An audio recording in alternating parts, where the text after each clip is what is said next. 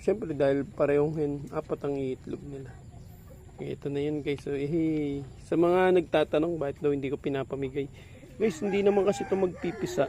Kaya hindi ko rin talaga kayo nare-replyan about sa mga nangihingi or bakit nagagalit, pinapakain ko daw sa aso. So, ba't di ko daw palimliman sa iba. Kahit palimliman ko to guys, hindi ito magpipisa eh. So, wala tayong choice kundi kainin or pakain sa aso. So, yun.